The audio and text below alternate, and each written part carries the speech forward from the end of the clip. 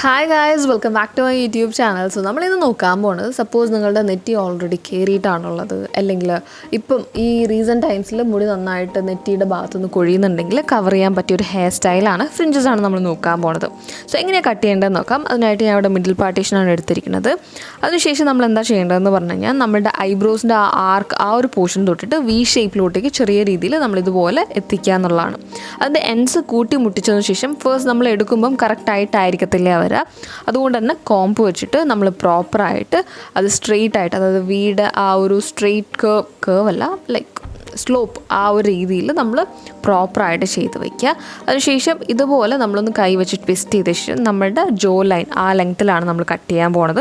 So first തന്നെ ആ ലെങ്ത്തിൽ കട്ട് ചെയ്യാൻ പാടില്ല, അത് താഴോട്ടേക്ക് എടുത്ത് കട്ട് ചെയ്യുക. അതിനുശേഷം നമ്മൾ നോക്കുക, ചിലരുടെ മുടിയൊക്കെ ഇങ്ങനെയാണെന്ന് പറഞ്ഞു കഴിഞ്ഞാൽ കട്ട് ചെയ്ത് കഴിഞ്ഞാൽ കുറച്ചും കൂടെ മേലോട്ടേക്ക് പോകും. ഇപ്പോൾ എൻ്റെ ആ ഒരു സൈസ് ഹെയർ ആയതുകൊണ്ട് ഞാൻ കുറച്ചും കൂടെ താഴെയാണ് വെട്ടുന്നത്. അതിനുശേഷം അതിൻ്റെ എൻഡ്സ് നമ്മളൊന്ന് ചെറുതായിട്ടൊന്ന് കട്ട് ചെയ്ത് നോക്കുക. സപ്പോസ് സ്പ്ലിറ്റ് എൻഡ്സും കാര്യങ്ങളൊക്കെ ഉണ്ടെങ്കിൽ പോകാൻ വേണ്ടിയിട്ടാണ്. ഇത് നിർബന്ധമൊന്നുമില്ല, വേണമെങ്കിൽ കട്ട് ചെയ്താൽ മതി. സോ നമ്മുടെ ഫസ്റ്റ് ലെയർ ആയിട്ടുണ്ട്.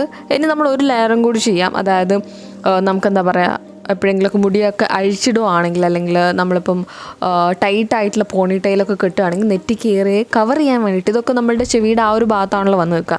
അതല്ലാതെ നമ്മുടെ നെറ്റിയുടെ ആ ഒരു ഐബ്രോ പോർഷനിൽ ആർക്ക് പോലെ വന്ന് നിൽക്കാൻ വേണ്ടിയിട്ടാണ് ഇനി നമ്മൾ കട്ട് ചെയ്യാൻ പോകുന്നത്. കുറച്ചും കൂടെ വേണമെങ്കിൽ തിക്നെസ് വേണമെങ്കിൽ അങ്ങനെ എടുക്കാം കേട്ടോ.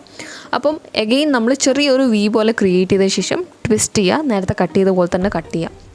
വളരെ സിമ്പിളായിട്ടുള്ളൊരു മെത്തേഡാണ്, എല്ലാവർക്കും നല്ല രീതിയിൽ ചേരുകയും ചെയ്യും കേട്ടോ. അപ്പോൾ നല്ല രീതിയിൽ നെറ്റിയൊക്കെ കയറുന്ന ആൾക്കാരാണെങ്കിൽ ട്രൈ ചെയ്ത് നോക്കുക.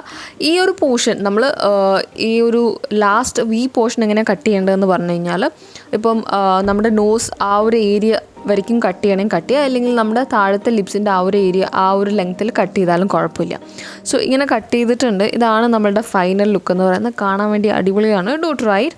അപ്പോൾ ഇന്നത്തെ വീഡിയോ ഇത്രയും ഉണ്ടാവുള്ളൂ. നിങ്ങൾക്ക് ഇഷ്ടപ്പെട്ടിട്ടുണ്ടാകുമെന്ന് വിശ്വസിക്കുന്നു. അങ്ങനെയാണെങ്കിൽ please do like, share and subscribe. Thank you.